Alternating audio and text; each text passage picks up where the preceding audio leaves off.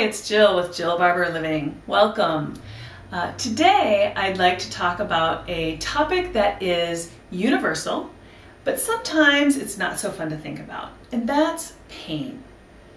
Pain is part of the human experience, but it really is how we react to pain that determines how quickly we get past it and whether or not we learn from it. So today, although I'll be talking about emotional pain and emotional injury, I'd like to use an analogy of a physical injury to sort of paint the picture of how we typically react to pain. All right, so as you may or may not know, I am an avid cook. And so I spend a lot of time in the kitchen and quite a bit of time wielding a knife. Now, that leaves me susceptible to cuts on my finger, and that does happen to me not infrequently. So there's three ways I can react when I cut my finger and go into pain, right? And these are the same three ways that we can react to emotional pain.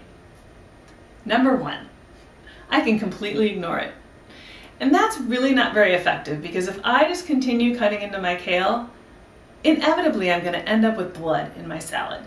Now, I know that sounds gross, but when you think about it, if you ignore your pain or if you ignore your injury, whether that's physical or whether that's emotional, it's going to bleed into your life somewhere, right? And probably somewhere you don't expect it or somewhere you don't want it. So it's not a very effective way to deal with pain. Now, number two, I can wallow in it. And wallowing in pain can feel really fun. It gets you some attention and allows you to kind of release some of the emotions around pain.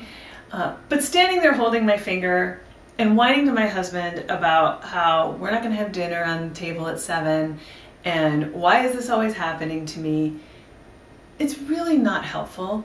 It's not stopping the bleeding, and I'm interfering in his evening as well, right? That's when pain goes into suffering, when we get stuck there and we wallow in it, okay? So once again, not a very effective way to deal with pain. Number three, this is the way that I would recommend dealing with pain, and that is facing it, right? And there's a couple steps to facing pain.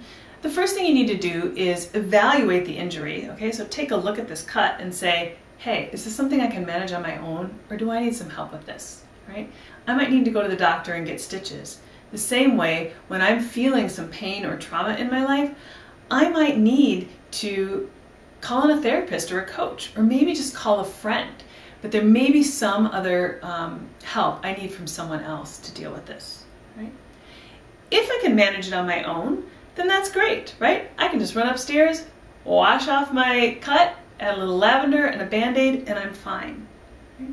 In the case of an emotional challenge or emotional pain, maybe I need to just step away for a while, take a walk, do a little bit of journaling or some yoga, okay? Either way, you want to make sure that you just address it immediately, give yourself something to at least stop the bleeding. Right? Then after that, whether you have addressed this pain on your own or with the help of somebody else, you want to go back periodically and just check in. Make sure that healing process is still happening. So depending on how deep the cut was or how deep the hurt was, it may take you a little while before that healing process is done. And you want to just check in and make sure that you're not going into that ignoring stage where that bleeding is coming into other areas of your life where you don't expect it. Right?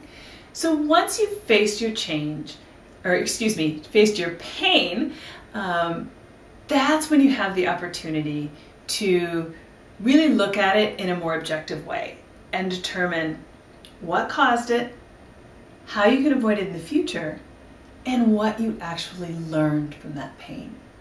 Right?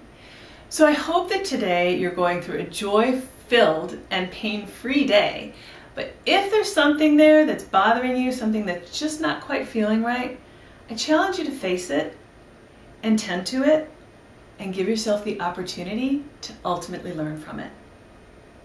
Thanks so much for joining me today, and I'll look forward to seeing you next month or on jillbarberliving.com. Bye for now.